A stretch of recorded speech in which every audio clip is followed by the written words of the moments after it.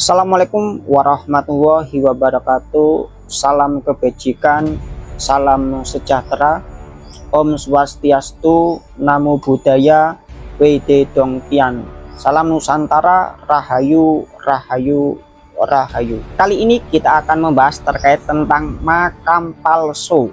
Dan makam tersebut dibentuk melalui model isyarah seorang yang dikatakan sebagai wali, atau dianggap atau disebut sebagai wali.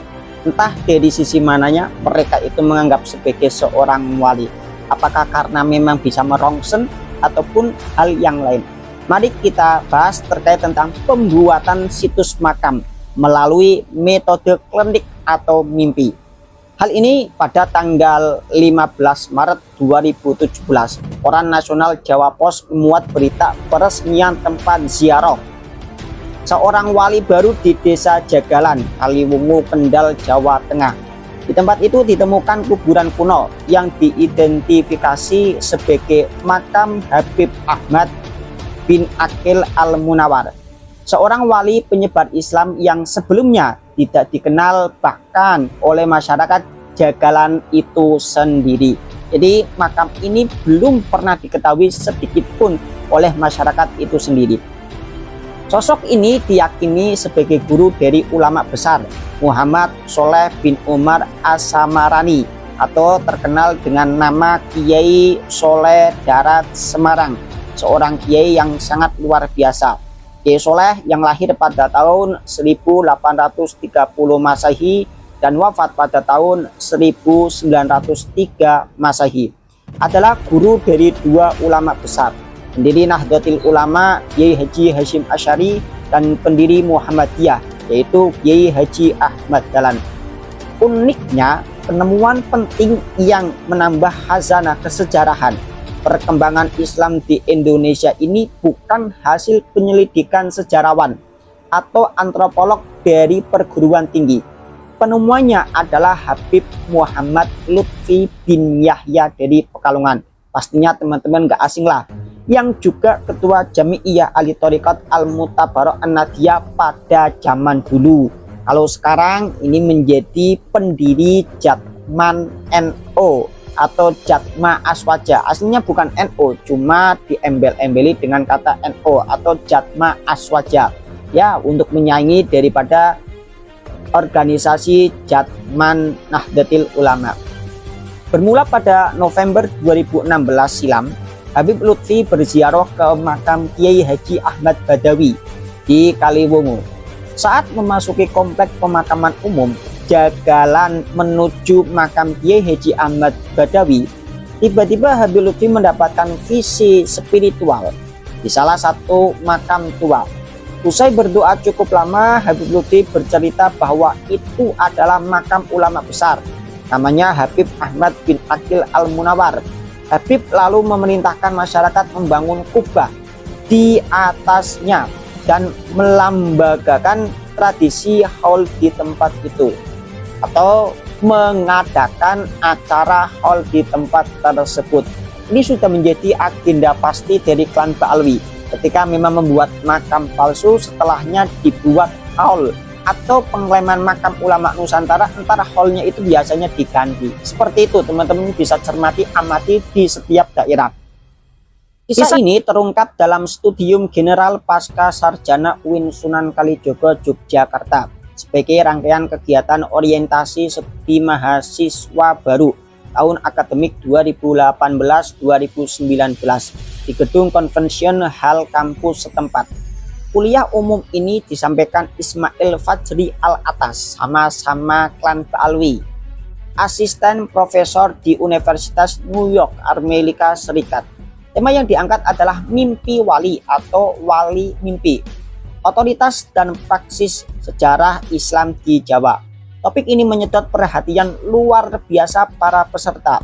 Ruang acara penuh sesak oleh lebih dari 300 peserta yang sebagian duduk lesehan karena tidak kebagian kursi. Sejumlah dosen juga turut mengikuti kuliah ini dengan antusias sampai selesai meskipun ruangan sempat gelap gulita karena mati lampu. Mimpi dan visi spiritual sebagai metode ini biasa dilakukan oleh klan Ba'alwi, khususnya Habib Lutfi bin Yahya. Lebih lanjut, Ismail yang juga keturunan Habib dari jalur al-atas ini mengemukakan praktek Habib Lutfi mengidentifikasi makam-makam kuno sebagai makam wali melalui mimpi, dan visi spiritualnya telah berjalan lama. Beliau sudah banyak membangun kuburan kuno yang sebelumnya tidak dikenali dan mengidentifikasinya dengan identitas baru di berbagai tempat di Jawa, Kalimantan, Batam, dan daerah lainnya. Jelas apa yang disampaikan oleh Ismail Fajri. Jadi klan Ba'alwi juga. Jadi antara klan Ba'alwi sama-sama menyoroti. Karena itu, dalam pandangan Ismail, Habib Lutfi telah melakukan proyek historis making atau produksi sejarah dengan metode baru, yaitu melalui mimpi dan visi spiritual. Sejarah dalam konteks ini bukan sebagai peristiwa yang terjadi di masa lalu, tapi sejarah yang dibuat, dipikirkan, dan dimaterialisasi.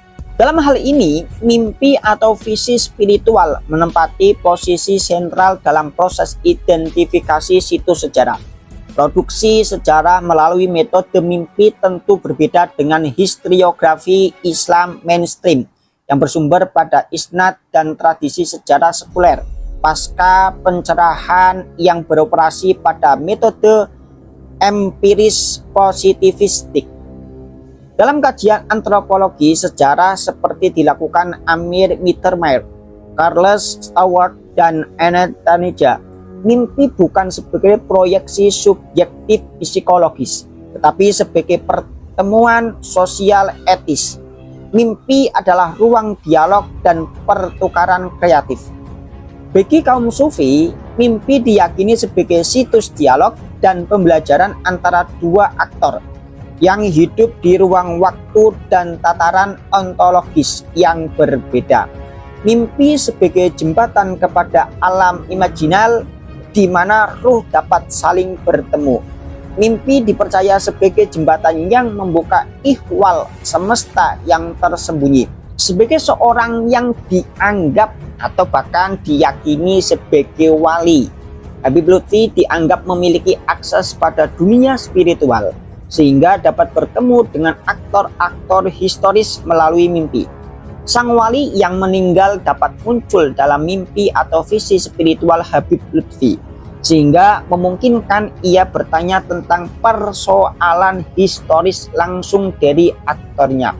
Dalam konteks ini, Habib Lutfi memiliki otoritas sebagai ahli sejarah berbasis pada otoritas spiritualnya sebagai ulama, sufi, dan wali, konon katanya. Terus narasi sejarah alternatif. Mari kita bahas terkait tentang narasi sejarah alternatif. Islam memiliki praksis sejarah yang berbeda dan tidak dapat direduksi menjadi satu macam. Tradisi sejarah pasca pencerahan yang telah mempengaruhi pemahaman kita tentang waktu dan sejarah hanyalah satu dari banyak cara manusia memahami relasi dengan masa lalu. Selama lebih dari 3 dekade, Habib Lutfi sibuk membenahi sejarah Islam di Nusantara, khususnya sejarah kewalian yang tidak tertulis. Ia terus mencoba menghadirkan kembali narasi sejarah kewalian dengan membangun situs dan melembagakan ziarah atau mengadakan ziarah bahkan sampai haul. Bagi Habib Lutfi, penyebaran ideologi Islam transisional seperti salafisme tidak dapat dilepaskan dari kegagalan masyarakat Muslim Indonesia dalam membangun narasi sejarahnya, sehingga Islam yang datang dari Timur Tengah dianggap lebih otentik dan sejarah Islam di Nusantara dianggap sebagai sinkretik, malah kurang islami menurut mereka. Namun membangun kembali narasi sejarah Islam di Indonesia, khususnya sejarah kewalian, tidak mudah dan penuh tantangan. Karena historiografi, kolonial, dan nasionalis dianggap sama-sama menutupi dan menyisihkan sejarah kewalian Nusantara. Menghadapi ketiadaan sumber-sumber tertulis, maka Habib Lutfi terkadang harus menggunakan praksis sejarah alternatif, seperti guna mengakses masa lalu menggunakan mimpi. Kasus Habib Lutfi menawarkan contoh praksis sejarah, khususnya sejarah kewalian, dan sulit diverifikasi. Namun konsekuensi sosiologisnya sangat nyata. Bahkan praksis ini juga berimplikasi ekonomis. Setiap Habib Lutfi berhasil mengidentifikasi kuburan kuno sebagai kuburan wali akan diikuti dengan pelembagaan tradisi ziarah dan haul di tempat itu secara otomatis. Hal ini mendorong tumbuhnya perekonomian masyarakat sekitar. Bisnis-bisnis lokal untuk para peziarah juga akan lahir dan berkembang. Inilah yang terjadi di Indonesia. Banyak sekali kita tahu makam-makam palsu yang dijadikan sebagai alat bisnis dengan diadakan haul dan acara. Metode penerawangan atau metode mimpi ini sudah lama dilakukan oleh Habib Lutfi dan memang pada zaman dulu diyakini dan dipercayai. Lain pada zaman sekarang. Mungkin saja pada zaman sekarang banyak sekali orang yang sudah tidak mempercayai karena penuh dengan tipu-tipu. Hal ini kenapa harus kita jelaskan? Karena gini, metode dengan menggunakan mimpi ataupun penerawangan itu pasti setiap orang berbeda-beda. Kita contohkan umpamanya ada satu makam yang tidak diketahui, kita datangkan 5 orang dengan menggunakan metode mimpi ataupun menggunakan metode penerawangan. Pasti di antara satu dengan yang lainnya itu berbeda-beda menyebut makam tersebut, tergantung dalam posisi apa mereka. Ketika mereka itu condong terkait tentang kesaktian, pasti akan menyebutkan seseorang yang dimakamkan tersebut dari orang yang sakti. Ketika condong kewalian, pasti menyebut seorang tersebut dari kalangan wali dan lain sebagainya. Maka hal ini tidak ada metode untuk memverifikasi sejarah dengan melalui mimpi ataupun penerawangan. Sekian dari saya, banyak kesalahan, kehilafan, saya minta maaf sebesar-besarnya.